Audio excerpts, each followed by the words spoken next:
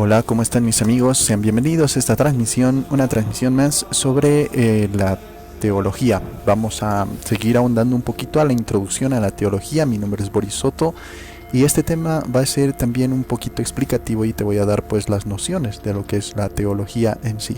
Estamos ahorita avanzando los principios básicos de la teología en sí. Estamos introduciéndonos a la teología, nos estamos empapando un poquito de conceptos para después pues desglosar cada uno de ellos y adentrarnos un poquito más, ¿no?, en aquel vasto conocimiento de la teología que verdaderamente decimos que la teología solamente puede ser de la Iglesia Católica. Los lugares teológicos o el método teológico, ese es el título también de estos mismos compartires. Vamos a hacer esto y también vamos a tocar la teología dogmática o la teórica, también la teología práctica, que son, ¿no?, la teología por ejemplo querigmática, la teología y el progreso, y otros puntos que son muy importantes.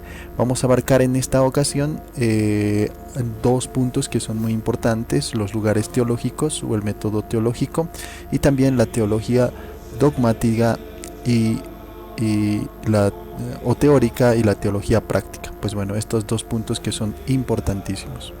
Comencemos y entremos en materia. Los lugares teológicos, o también llamado el método teológico. Método teológico, si tú vas a debatir o vas a compartir con alguien, por ejemplo, estos mismos términos, cuando te dicen los lugares teológicos, te están hablando del método teológico. Y cuando te dicen método teológico, te están hablando de los lugares teológicos. Bueno, las fuentes de la misma argumentación teológica, tomado el nombre también de la retórica o del trabajo de Agrícola. De inventione dialéctica se llama así, de esa misma manera, y que significa los lugares dialécticos. Se llaman lugares teológicos. Son fuentes del conocimiento teológico, sea para buscar, sea para juzgar, o lo encontrado también, y como categorías de argumentos o también domicilios y sedes de los mismos argumentos para probar y refutar. Muy importante tener estos mismos lugares, estas mismas categorías de argumentos, cuando nosotros vemos también a los que se le llama pues domicilios y sedes, que pues bueno, de estos mismos argumentos, fuentes, sedes, lugares se podría decir, o asentamientos de estos mismos argumentos que tú vas a presentar, es para probar y refutar, pero tiene que tener siempre una base. Estamos hablando de eso, ¿no?, de la base, de esos asientos, de esos mismos domicilios, de lo que se llama pues las categorías de argumento. Y pues bueno, para refutar, pues bueno, la celebérrima y clásica es la obra de Melchor, por ejemplo, de Cano, de Loschis Theologiis, te dice los lugares teológicos, y esto lo puedes encontrar en el numeral 76. Las fuentes son propias y también son otras adjuntas. Este es otro punto que es muy importante también sobre las fuentes, donde unas son propias y otras también son adjuntas. Por ejemplo, los lugares teológicos propios son aquellas fuentes de argumentación propia de la misma teología, que muestran la misma doctrina revelada. Son fundamentales y constitutivas también. Aquellas que contienen la revelación la constituyen. La escritura, la tradición, la razón teológica es la forma de argumentar tomada de una premisa conocida por la razón. Muestra las virtualidades de la misma revelación. Entonces, los lugares teológicos son aquellas fuentes de argumentación propias de la misma teología, como nosotros vemos que son fundamentales. Por ejemplo, la escritura, la tradición, la razón teológica, pues esta es la forma que nosotros buscamos para argumentar de una premisa conocida por la razón. Entonces mostramos pues a través de esto las virtualidades de la revelación. Y los lugares adjuntos, o sea, hemos visto que hay dos lugares teológicos o métodos teológicos. Primero son las fuentes propias, las cuales estamos diciendo, o sea, la tradición, la razón, la escritura, la teología, para formar y argumentar una premisa conocida por la razón. Eso es el lugar propio, ¿no? Esos son las fuentes propias. Pero hay también fuentes adjuntas. ¿Qué son las fuentes adjuntas? Pues las fuentes adjuntas son aquellas que sirven para mayor inteligencia y confirmación de la doctrina ya revelada. O sea, la filosofía, por ejemplo, es una fuente adjunta, la historia es una fuente adjunta, el derecho, etcétera. Entonces, he aquí que pues el cuadro de los mismos lugares. Vamos a ver primero los propios son constituyentes, la escritura, la tradición, y se reconoce por las mismas actas del magisterio y los testigos de la tradición. O sea, la tradición se subdivide en dos, que son las actas del magisterio y los testigos de la tradición. Y estos a su vez se dividen también, por ejemplo, las actas del magisterio se dividen en extraordinario, ordinario, liturgia universal, consentimiento de los padres de la iglesia.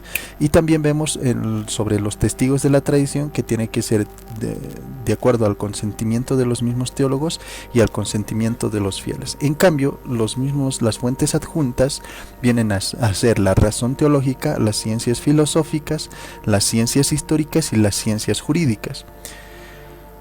Ayuda también notar que la misma demostración de la verdad revelada por la misma tradición, por las actas, por ejemplo, del magisterio extraordinario, definiciones pues de los mismos concilios y de los mismos romanos pontífices y también otros documentos de la Iglesia, no se identifica necesariamente, aunque pueda coincidir especialmente en la misma práctica didáctica.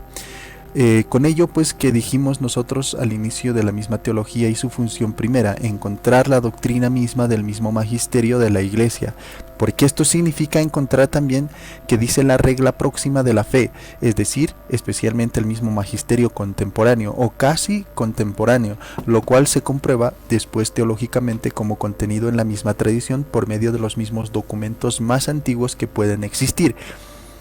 Vemos también que hay diferencia entre el argumento de la escritura o también de la tradición en la teología dogmática, por ejemplo, y las investigaciones propias de la teología bíblica y también de la teología patrística, porque allí se trata de proveer una tesis conocida previamente, la cual se podría realizar con pocas palabras. Aquí, en cambio, se trata pues de encontrar conclusiones relativas a algún tema amplio o también un tema totalmente corto, según plazca pues, y se suponen investigaciones exhaustivas para eso, ¿no? En cuanto sea posible, digámoslo así.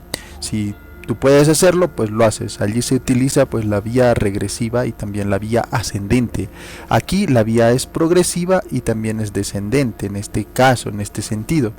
Las liturgias, hablando un poquito de las liturgias, nos enseñan también no solemnemente la fe de algún padre, por ejemplo, sino la fe de alguna iglesia, es decir, la fe de todos aquellos padres y fieles que han utilizado esa liturgia. Si las liturgias son universales, entonces implican la tradición y el magisterio ordinario, universal, y son también documentos de valor eximio. Esto es con referente pues al punto de las fuentes, al punto de los lugares teológicos o el método teológico. ¿Cuál es el método teológico? Nosotros hemos visto las fuentes propias, las fuentes adjuntas. Habíamos visto que dentro de esas fuentes propias había la escritura, la tradición, etcétera, ¿no? Habíamos visto que dentro de esa misma tradición habían las actas del magisterio, los testigos de la tradición, extraordinario, y estos a la vez se subdividían en extraordinario, ordinario universal, ordinario, liturgia universal y consentimiento de los padres, y también se dividía en consentimiento de los teólogos y consentimiento de los fieles. En cambio, digámoslo así, las fuentes adjuntas vendrían a ser la razón teológica, ciencias filosóficas, ciencias históricas y ciencias jurídicas. Entonces, esto es lo que nosotros tenemos que saber, y con referente también a la liturgia un poquito te hemos explicado que cómo nosotros podemos ver lo que es la liturgia. No se trata de un solo padre, sino que el conjunto de esos padres de una iglesia, se podría decir, para que esto tenga carácter universal, entonces implican la tradición y el mismo magisterio ordinario, o sea, un magisterio universal, y son documentos de valor totalmente eximio. Hay diferencia, ¿no?, entre lo que tal vez un solo padre diga y lo que dicen muchos padres. Entonces la liturgia de aquellas mismas comunidades pues te da a conocer lo que realmente había pasado y lo que había sido sucedido en esos mismos tiempos, y verdaderamente correcto. Hay también percepciones, por ejemplo, dentro de los padres que difieren mucho entre ellos mismos, y estas percepciones son totalmente personales, no vienen a ser de carácter universal justamente por eso, porque no representan a todos.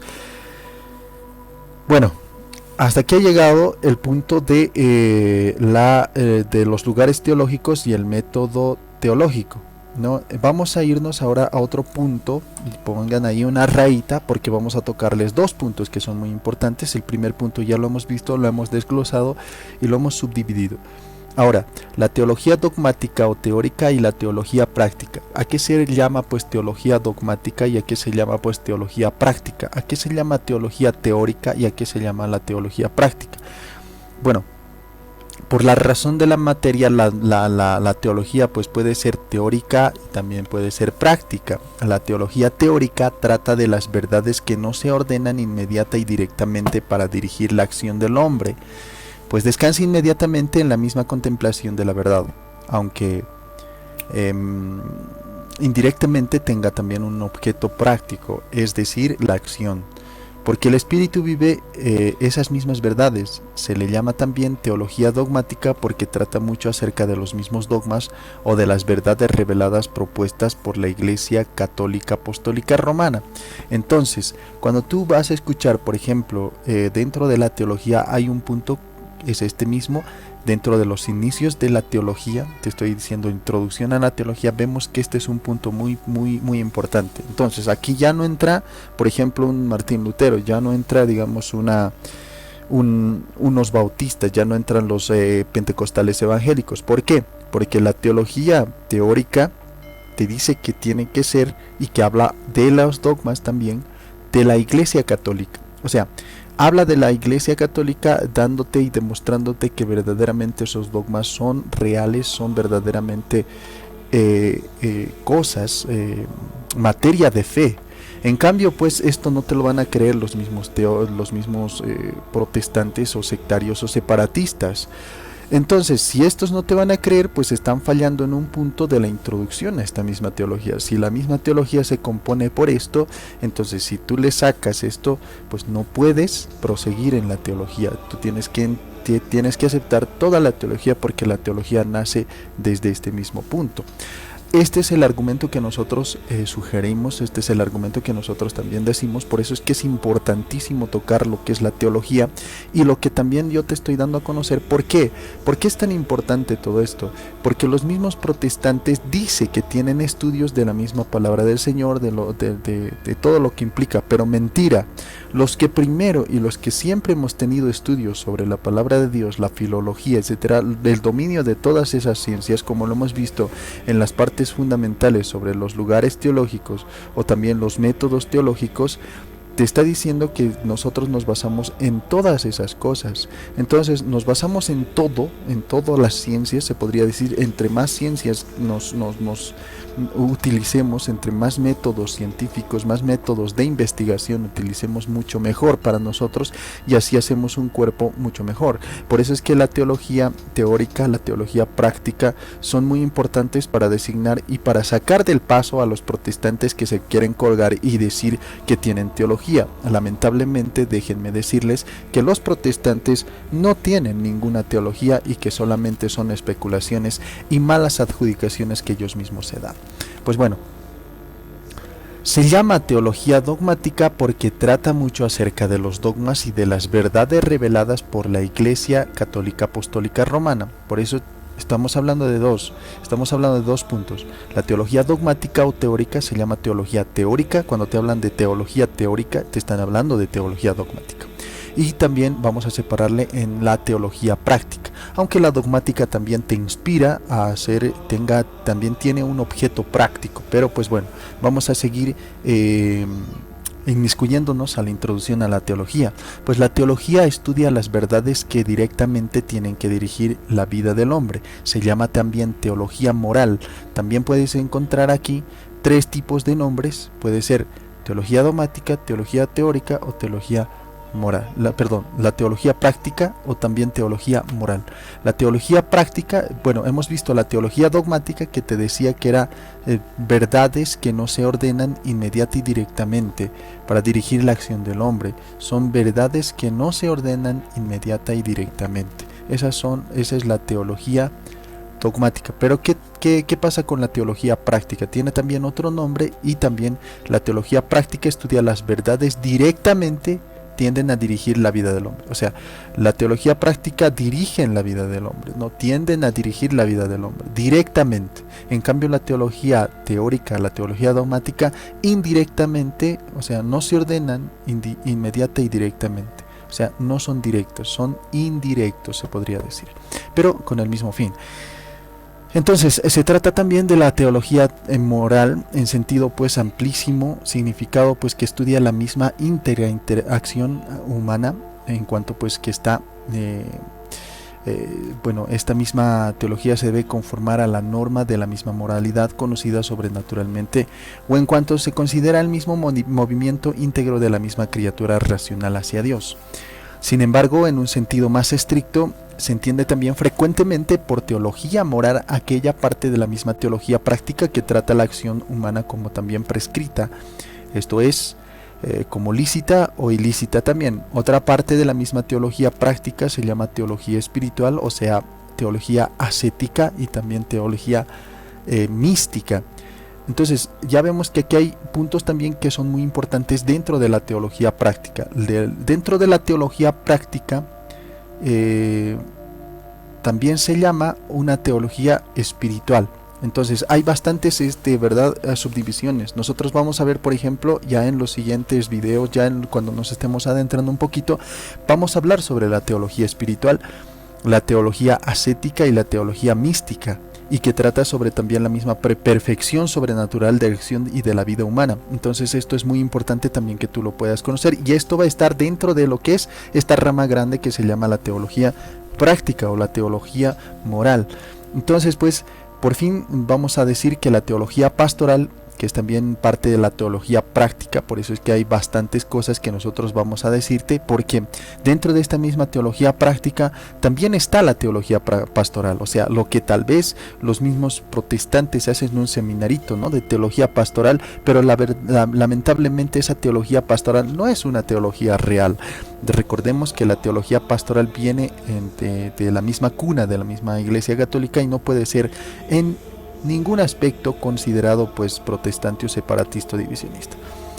Entonces esta misma teología práctica, en el sentido de la teología pastoral, pues enseña el modo de proceder en el cuidado de las mismas almas y en el apostolado práctico, o sea, considerando ya lo que se refiere al régimen y también el gobierno de las almas, a lo que nosotros llamamos odogética, y a lo que pertenece también a su instrucción y educación religiosa, o sea, la misma catequética, la misma pedagogía y también la misma religiosa. O sea, no podemos, vuelvo a repetir, no podemos hablar de una teología práctica en el sentido de la teología pastoral, porque dentro de los protestantes, porque ellos no tienen catequesis, no tienen pedagogía y tampoco tienen pues pedagogía religiosa. En cambio nosotros tenemos todas esas cosas, y enmarca justamente una ciencia verdaderamente seria. Vemos que ya muchos aspectos enmarcan a lo que es pues el estudio de la misma teología. Por eso es que nosotros cuando escuchamos hablar a los mismos protestantes de teología, entre comillas, yo me lanzo una carcajada tremenda. ¿Por qué? Porque no puede ser, están matando, o sea, no hay teología protestante, no hay teología sectaria o separatista o pentecostal, eso no existe, porque primero tiene que ser catequética. Y recordemos que el argumento de los falsos pastores y de los mismos sectarios es: nosotros no seguimos ningún catecismo. Entonces aquí es pues prácticamente lo que te está hablando del catecismo de la Iglesia Católica. Cuando te dice catequética, es precisamente esa misma instrucción que tú recibes de la misma iglesia, ¿no?, de esta misma congregación, de esta misma iglesia, sus estatutos, sus normas, todo aquello, ¿no? Y al ministerio también de la palabra, que se llama homilética. Y pues bueno, esto vamos a escuchar bastante de los mismos sectarios, vamos a escuchar hablar de la homilética, pero lamentablemente ellos no tienen la homilética, porque el ministerio es de la palabra. Y también Ahí, dentro de esta misma homilética no podemos hablar de una teología pastoral completa, simplemente si tomas por ejemplo la homilética, o simplemente si tomas la odogética, o simplemente si tomas la catequética. O sea, no podemos enmarcar en un solo concepto. Tenemos que tener homilética, tenemos que tener catequética, pedagogía religiosa y también odogética, y aquellas cosas también que tocan directamente a la santificación de las mismas almas por medios o estrictamente litúrgicos. O sea, la liturgia también entra dentro de este mismo contexto, y no puedes hablar de una homilética si no tienes tampoco liturgia. No puedes hablar de una teología pastoral simplemente basándote en una homilética o en una liturgia o en una catequesis o en una odogética. Simplemente no tienes que tener todos estos aspectos para hacer teología pastoral. Si no tienes estos aspectos, pues déjenme decirles que no tienes ninguna teología pastoral, pues esto es pues la verdad, las nociones primarias de lo que es pues la misma teología, pues no. Y aquellas cosas que tocan a la santificación de las almas por medio y estrictamente litúrgicos, como vemos la misa y los sacramentos. Entonces, la misa y los sacramentos son cosas litúrgicas. Los protestantes no tienen misa, los protestantes no tienen sacramentos, mejor dicho, los sectarios separatistas divisionistas, por ejemplo, los pentecostales, los bautistas, etcétera, esos no tienen misas, no tienen sacramentos, no pueden hablar de una teología pastoral. Y también hay otros aspectos no litúrgicos. Según Santo Tomás, por ejemplo, este santo de la Iglesia Católica, miren que todo es católico, vean el estudio serio de la misma teología, todos te van a hablar sobre la Iglesia Católica. Y según Santo Tomás, la Sagrada Doctrina es la misma especulativa que práctica, pues, porque trata muy especialmente de las mismas cosas divinas más que de los mismos hechos humanos.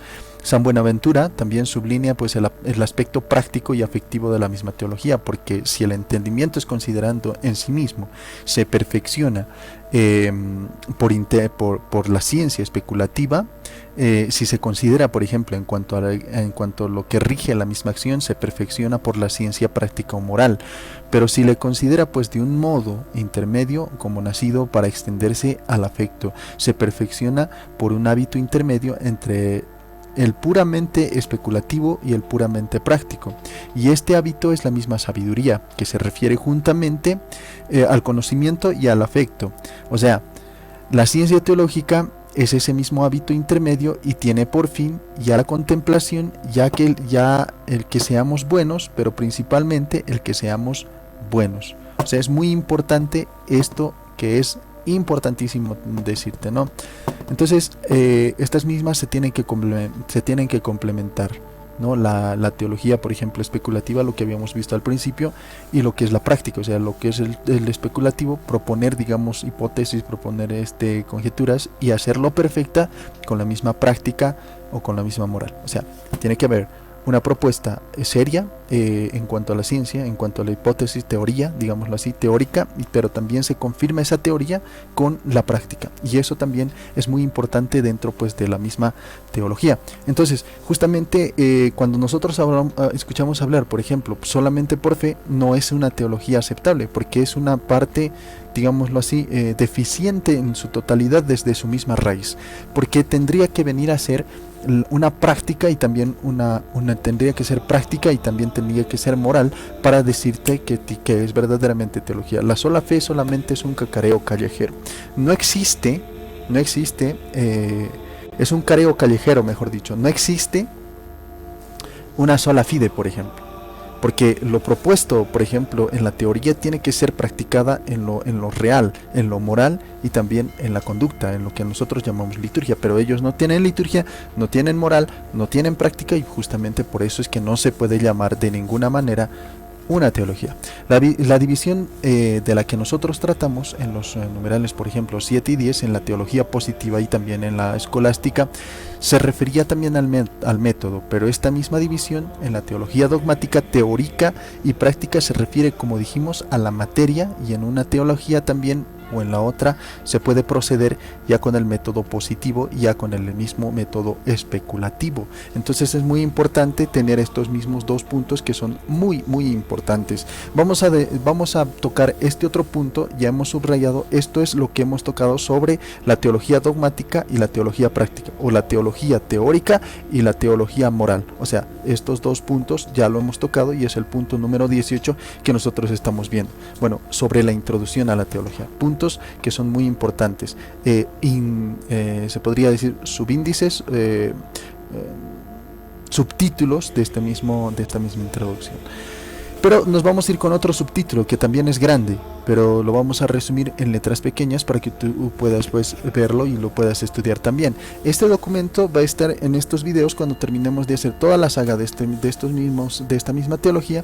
Vamos a introducir pues este documento y vamos a ir a visitar también lo que verdaderamente es una página de nosotros, un blog que nosotros estamos componiendo para que ustedes puedan tener esta información no solamente en video sino también escrita. Entonces la teología querigmática, por ejemplo, la teología querigmática, el punto 19, vamos a hablar ahora de la teología querigmática. ¿Qué se refiere pues sobre la teología querigmática? Pues esta teología querigmática pretende ordenarse pues el mismo querigma, o sea, la misma predicación. La misma predicación es el mismo querigma, porque para la misma predicación lo capital es mover la voluntad, y la voluntad se mueve por el mismo propósito del bien o de los mismos valores de las cosas.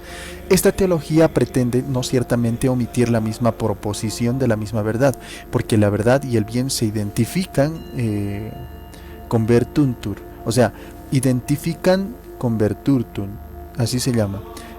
Sino insistir especialmente en los mismos valores de los mismos dogmas. Esta misma teología insiste en los valores de los dogmas.